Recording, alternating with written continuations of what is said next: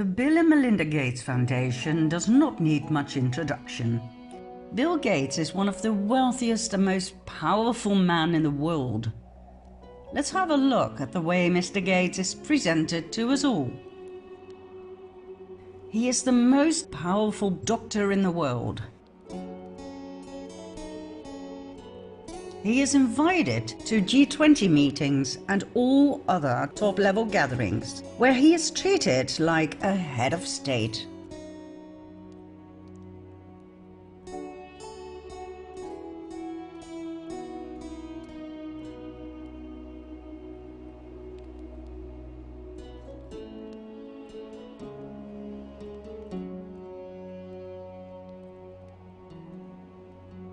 He is the savior of humanity and the earth.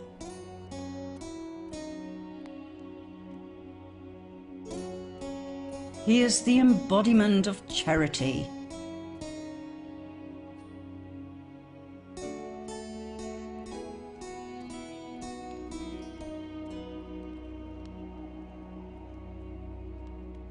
He is a great example of the American dream.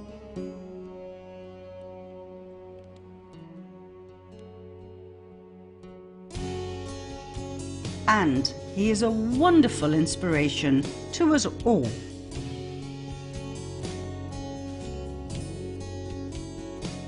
Where did this prodigy come from? Bill was born in a wealthy family, a family of influence. His mother, Mary Maxwell Gates, came from a powerful banking family. His father, William Henry Gates Sr., was an attorney. Bill Jr. dropped out of Harvard University. Worried about the future of her son, Mary helped Bill set up Microsoft. She used her IBM connections to set up a deal between IBM and Microsoft.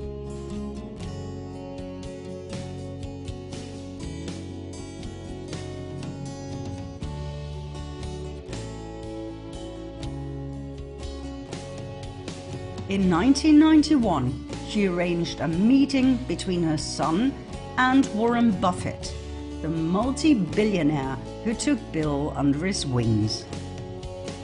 Both of Bill's parents were heavily involved in family planning and eugenics. His father served on the board of Planned Parenthood. My dad was head of Planned Parenthood, and it was very controversial to be involved with that. Bill openly and proudly talks about these things and how they were discussed over dinner. From an early age, he was spoon-fed with the ideology of eugenics. In his 30s, Warren Buffett added to this with his enthusiasm on the subject. Buffett's foundation, the Susan Thompson Buffett Foundation, is a massive financial supporter of pro-abortion activities and population control policies.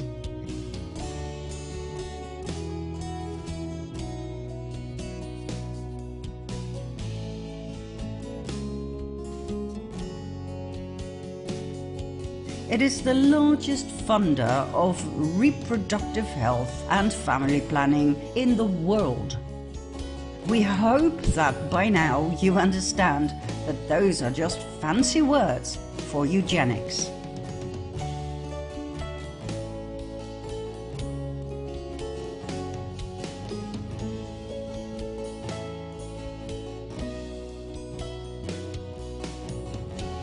So, Bill Gates, a Rockefeller descendant, as we have shown in our COVID-19 documentary, was pushed forward with one goal in life and one goal alone, and that was not computer programming. His role in this world was determined by his bloodline. He was to become the face of population control and depopulation within the framework of Agenda 21 and 2030. Let's have a closer look at the effects of our great benefactor's actions, shall we? Between 2000 and 2017, the Bill and Melinda Gates Foundation massively enforced their new polio vaccine on the children of India. 500,000 children under the age of 5 became paralyzed.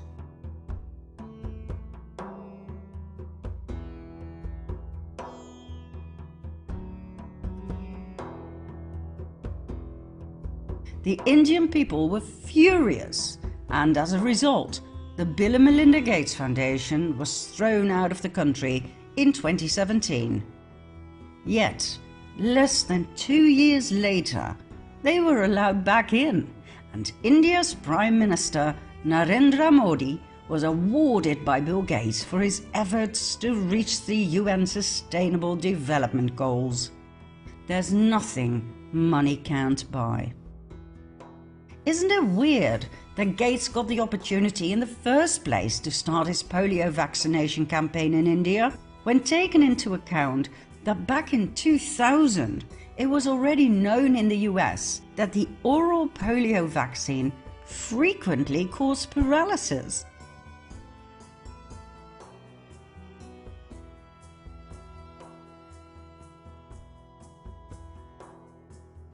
In the UK, the polio vaccination program was stopped 4 years later, in 2004, because of this proven link between the polio vaccine and paralysis.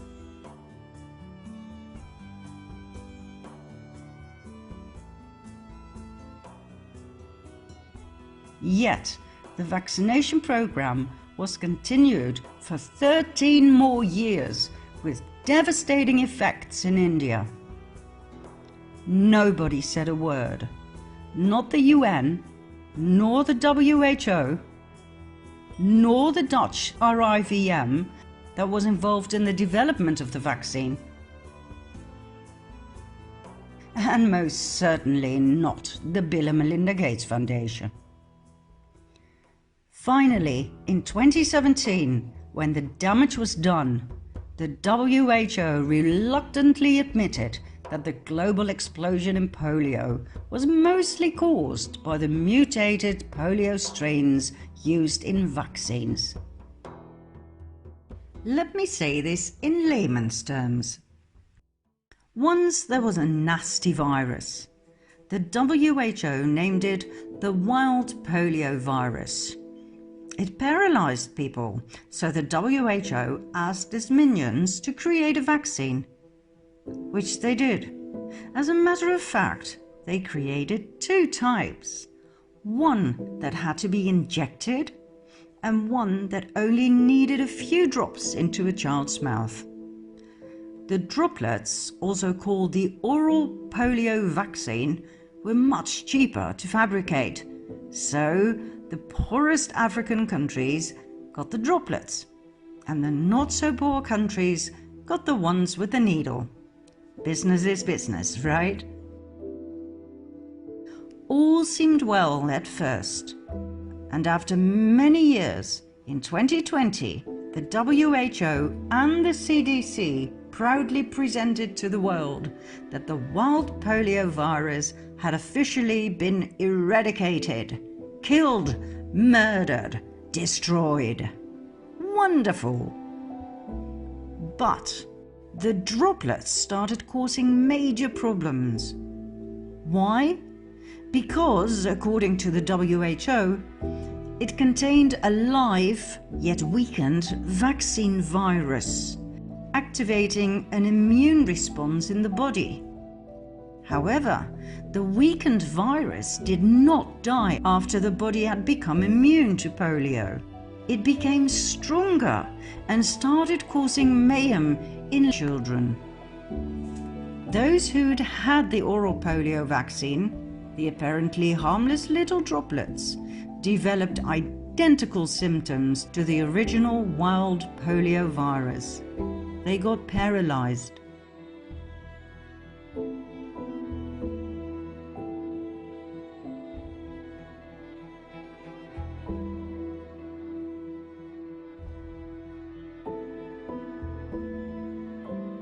At first, the WHO denied the allegations. It stated that this could only occur very rarely.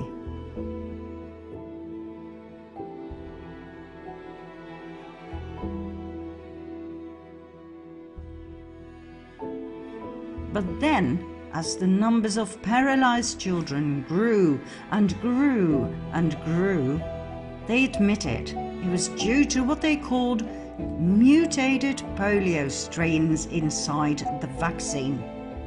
They even gave it a beautiful new name, VDPV, vaccine-derived poliovirus.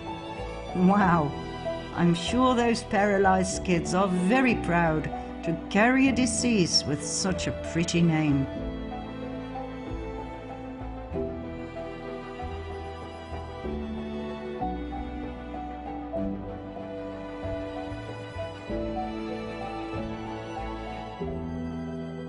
Now please do not despair.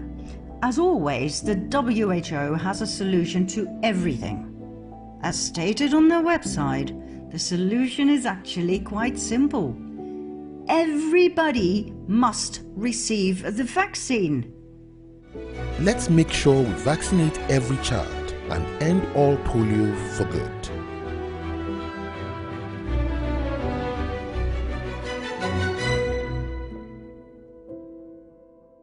The same vaccine droplets, the cheapest ones of course, the ones that caused paralysis in the first place, must be given to every child under the age of 5. Why? Because of the herd immunity lie. Together we can stop this virus. Sounds familiar, doesn't it? Was there any compensation for the 500,000 paralyzed children? No. Was the Gates Foundation prosecuted? No. What else? In 2002, the Gates Foundation introduced the Meningitis Vaccine Project, Men-Afri-Vac campaign, in which thousands of African children were force vaccinated. 10% of those children developed paralysis.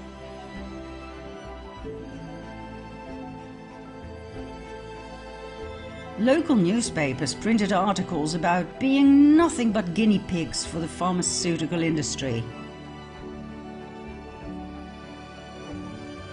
Gates's actions were described as ruthless and immoral. Once again, it was clear how the UN's NGOs and the WHO were all in it together. The Meningitis Vaccine Project was a partnership between PATH and the WHO. It was funded with millions of dollars by the Bill and Melinda Gates Foundation. Then, in 2009, the Gates Foundation used their NGO called PATH to test their HPV vaccine on 23,000 tribal girls in remote villages in India. The HPV vaccine was said to prevent girls from getting cervical cancer. 1,200 girls had severe and chronic side effects, such as fertility disorders and autoimmune problems. 7 girls died. Thousands of girls suffered from severe convulsions directly after being vaccinated. The WHO admitted the vaccine could cause convulsions, but stated it would only affect girls with a certain gene, and so it would be quite rare, which totally contradicts this video footage.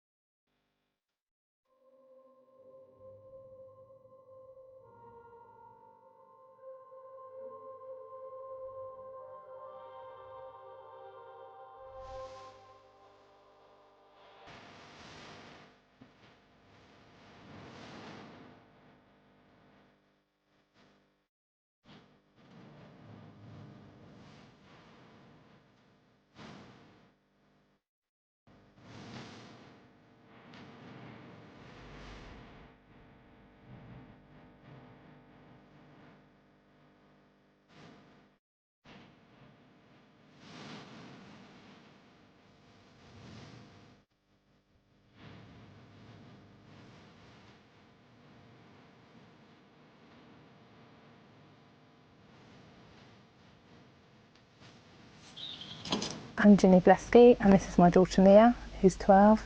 On the 21st of September last year, 2016, she had the first HPV vaccination at school.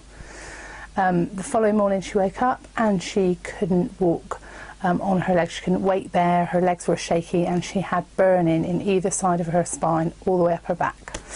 But she deteriorated by the afternoon, so we recalled the on-call doctor, who said just go straight to A&E. We took her straight to A&E and they admitted her for a few days. We've done video diaries right from the first day all the way through up until now, and basically within days, about 10 days of Mia having the vaccination, she completely lost the use of her legs. A couple of weeks after, she lost the use of her body went. So for the last 13 weeks now, she's only been able to blink and speak. She can't use any of her limbs, she's incontinent.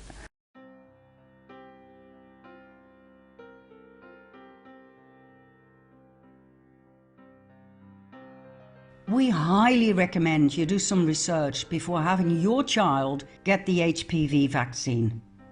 There are quite a few excellent documentaries out there on the devastating effects that ruined the lives of many young girls. The vaccines have been developed by the big pharma giants Merck and GlaxoSmithKline. In 2012, this case was taken to court in India. The allegations were pressuring vulnerable village girls into the trial, bullying parents, forging consent forms, and refusing medical care to the injured girls. The case is still in the country's Supreme Court. We are now 9 years later and nothing has been done yet. If anyone is ever convicted in this case, it will be the researchers involved that were funded by Gates. Gates himself, his foundation, and even PATH and the WHO will, as always, come out with a clean sheet. PATH, by the way, is the NGO that is massively funded by the Bill and Melinda Gates Foundation with $3 billion. Its main focus is on family planning. That is population control, eugenics.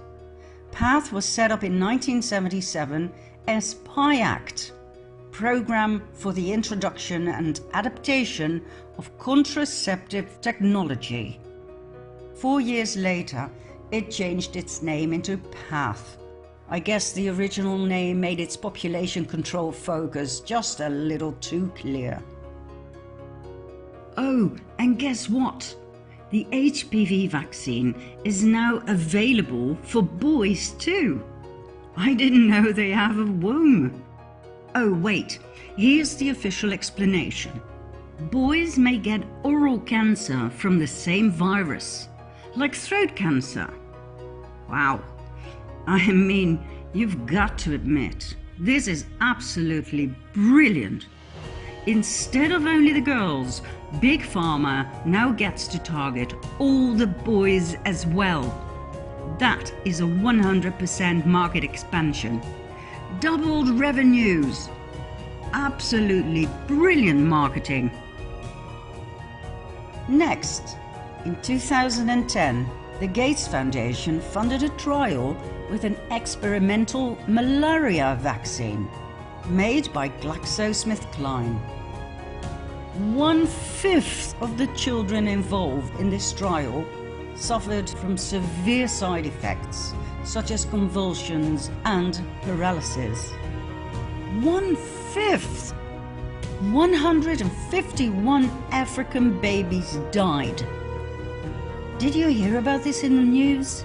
No. Then, in 2014, the Kenya's Catholic Doctors Association accused the WHO of chemically sterilizing millions of women in Kenya against their will by means of a so-called tetanus vaccination program funded by the Bill and Melinda Gates Foundation. Each and every vaccine tested by independent labs contained HCG, a pregnancy hormone that is produced when a woman is pregnant and that causes temporal infertility. After all, when you are pregnant, you don't want to become pregnant again, simultaneously with yet another baby, right? So the production of this hormone is a very intelligent move of the female body to make sure the baby can develop safely in the womb without being hassled by other fetuses. So, HCG causes temporal sterility.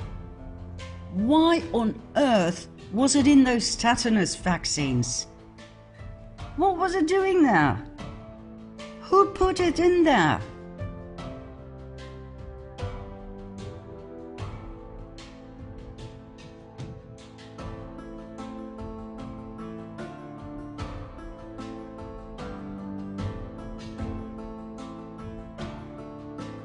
Is this what we are looking at here when we talk about population control and family planning?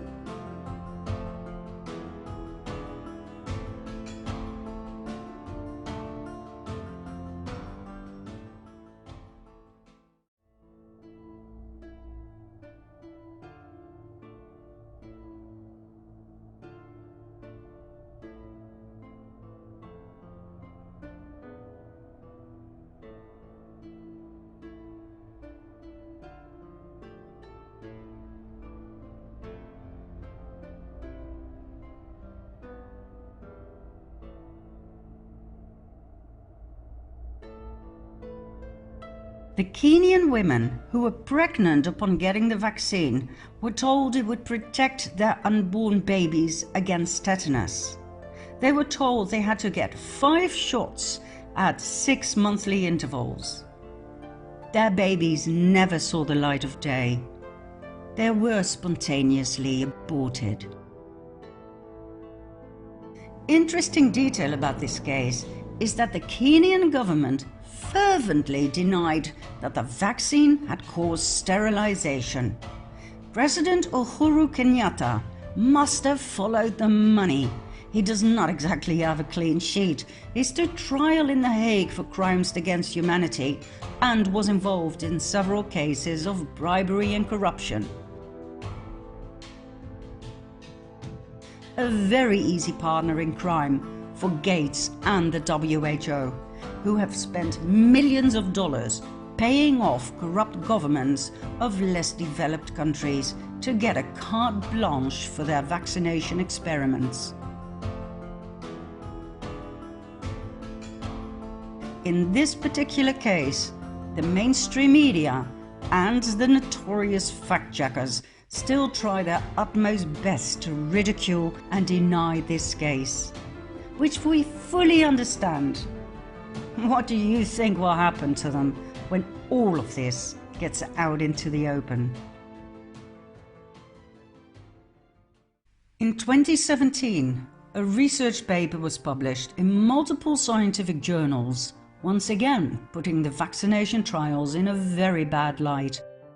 In the early 1980s, the WHO's UNICEF performed what they called a natural experiment in an urban community in Guinea-Bissau, a country in West Africa. Babies between 3 and 5 months of age were given a DTP vaccination. The study showed that vaccinated children had 5-fold higher mortality than unvaccinated children.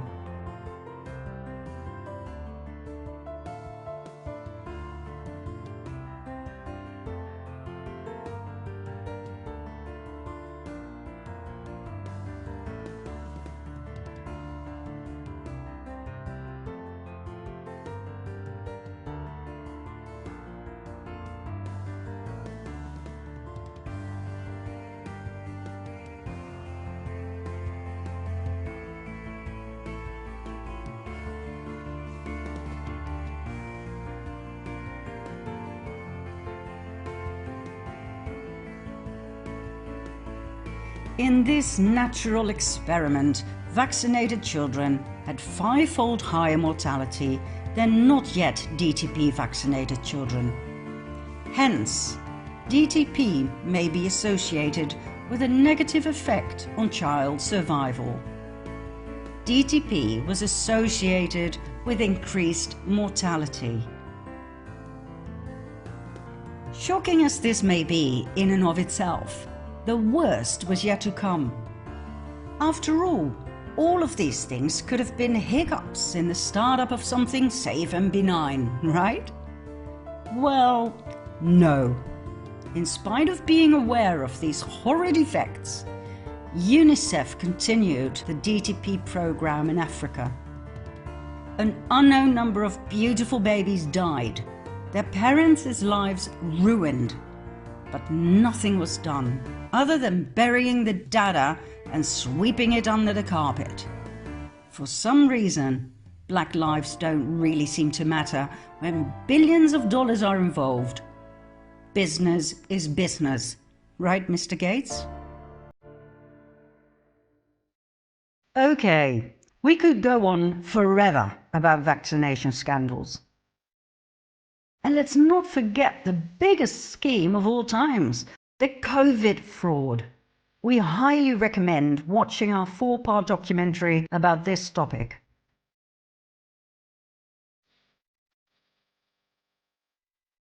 There will be an update soon, but right now, believe it or not, it is even more important to focus on Gates's other activities, many of which are unknown to the public. Once these have been exposed, we guarantee you that nobody will trust this man and any of his vaccines ever again. I mean, and we're taking things that are, genetically modified organisms, and we're injecting them in little kids' arms. We just shoot them right into the vein. Do you want to know about Bill's obsession with genetically modifying food, African chickens, and even mosquitoes? Do you want to know more about his top secret connections with the US Army and their biological warfare plans? Ever heard of the infinite possibilities of the nanotechnological unmanned aerial vehicles? Are you ready to find out just how evil Bill and Melinda Gates, Warren Buffett, the WHO, and the UN really are?